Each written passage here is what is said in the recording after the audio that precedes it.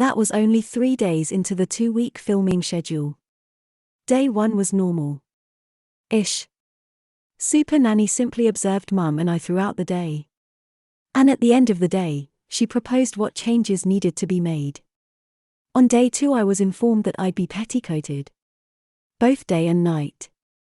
I was introduced to my new wardrobe, new underwear and worst of all, my new nightwear. On day 3, Super Nanny made me responsible for undertaking many of the household chores, giving Mum much more free time than she'd ever had before. To begin with, my biggest fear was the thought of the program being aired on television. If this happened, everyone I know would bear witness to the petticoating regime I'd been subjected to. But most of them bore witness to my petticoated state long before they'd finished filming the show.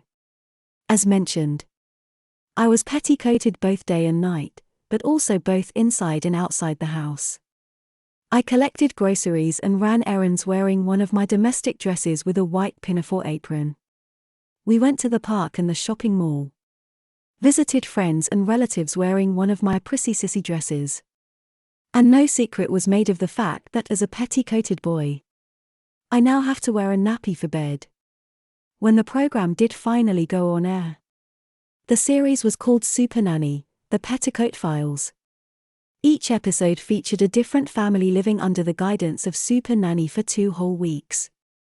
The boys of each family were petticoated just like I was. And some of them even had to wear nappies throughout the day too. From the first episode, Super Nanny was the talk of the schoolyard. Everyone knew that I'd participated and all of them eagerly awaited my episode. They'd edited out all the arguments and fights and made it look as if I was almost willing to petticoated. They showed me trotting to my room, grabbing one of my nappies and taking it to Super Nanny so she could get me ready for bed. But removed all the build-up and backchat. At the end of my episode was a catch-up segment which showed Super Nanny's return a few months after filming. And a few weeks before the show's air date. Mum proudly stated on camera that she'd adopted some, but not all of Super Nanny's ideas. Peter doesn't need to be petticoated all of the time, she said. But he does wear his domestic dresses whilst doing the housework. The camera cut to a shot of me dusting the mantelpiece wearing my domestic dress and apron. And of course on Sunday he wears one of his Sunday dresses, she said as a clip of me wearing one of my prissy dresses is shown. But the rest of the time he's just a normal boy. Aren't you? Mum added as the camera panned out to show me sat on the sofa next to her, thankfully dressed in my male clothing. Super Nanny asks a question I'd been dreading, and Mum replies, "Of course. Knickers by day, nappies by night. Don't you dear," she adds, turning to me. I slowly nodded. And he doesn't have to wear his bra for school so long as he wears it the rest of the time, Mum added. The camera zoomed right in on me as Super Nanny asked me how I felt about being petticoated. Reluctantly I replied it's not so bad once you're used to it. She then asked me if I had any favorite dresses.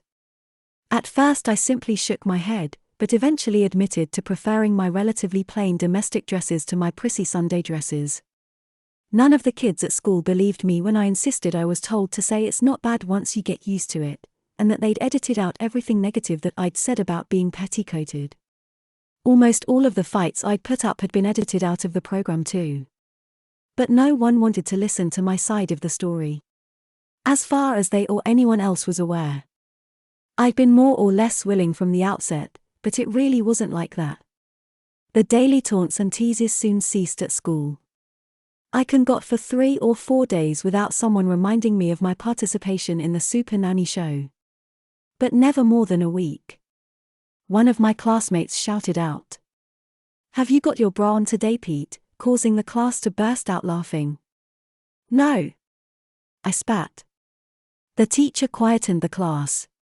Told my classmate to pipe down or he'd end up in detention. Before telling me not to tell lies.